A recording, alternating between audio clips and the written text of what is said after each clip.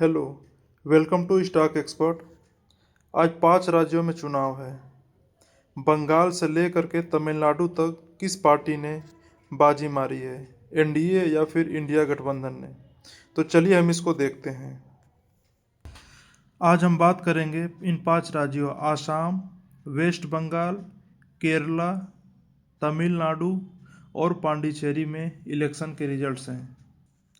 अब किस पार्टी का जीतना हमारे स्टॉक मार्केट के लिए बेनिफिशियल होता है? तो इसका आंसर है पार्टी स्पेसिफिक कोई बात नहीं होती है। हमारे स्टॉक मार्केट को सर्टेनिटी की आवश्यकता है। जो भी पार्टी के पास सर्टेनिटी है वो जीतेगी तो हमारे स्टॉक मार्केट के लिए अच्छा होगा। और सर्टेनिटी कैसे होता है? अभी करेंट गवर्नमेंट में एनडीए गवर्नमेंट का बहुमत है, और अगर एनडीए की ही पार्टियां स्टेट में भी जीतती हैं तो ऐसे में सर्टेनिटी बढ़ेगी, क्योंकि अभी केंद्र सरकार में गठबंधन की सरकार है।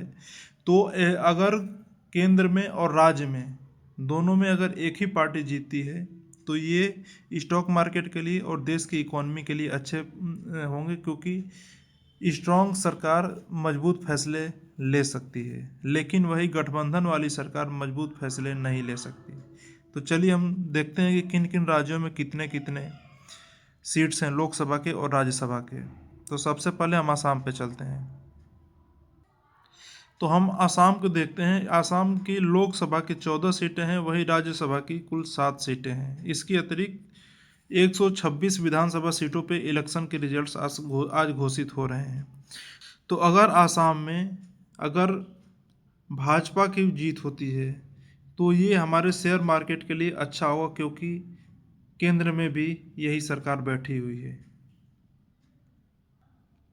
हमारा अगला नंबर है वेस्ट बंगाल। वेस्ट बंगाल में लोकसभा की 42 सीटें हैं। ये स्टेट काफ़ी बड़ा है, इंडिया का पॉपुलेशन के मामले में 3rd रैंक पे आता है, और राज्यसभा की 16 सीटें हैं।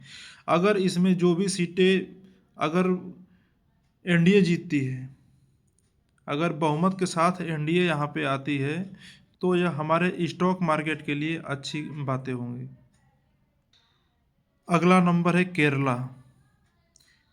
केरला में लोकसभा में 20 सीटें हैं और राज्यसभा में 9 सीटें हैं।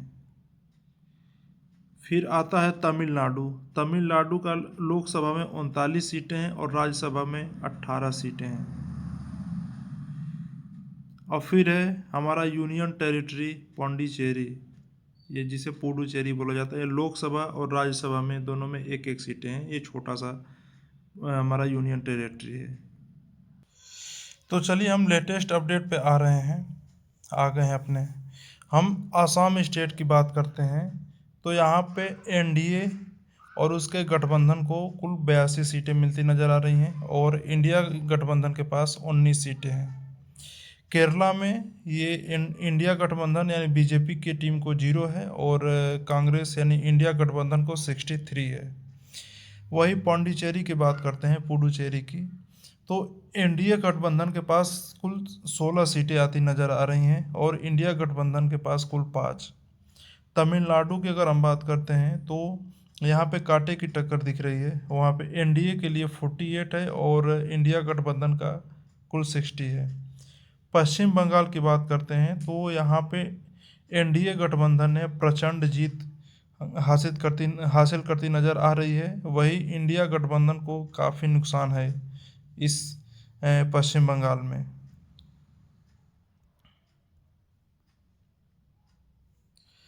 अब फाइनल कंक्लूजन की बात करते हैं। आसाम में एनडीए की भारी बढ़त है, केरला में इंडिया जीत रही है, और पौंडीचेरी की बात करते हैं वहाँ पर भी एनडीए काफ़ी अच्छा कर रही है, और तमिलनाडु में कांटे की टक्कर चल रही है, और बंगाल में एनडीए ने स्ट्रांग लीड ले रखा है। इंडिया की निगाहें बंगाल इलेक्शन पर ही थी, और यहाँ पे बंगाल को भाजपा जीतती नज़र आ रही है। तो ये रहा मेरा वीडियो का एनालिसिस। अगर यही रिजल्ट रहता है तो निश्चित रूप से कल हमारा share market green gap up open होने की संभावना है। धन्यवाद।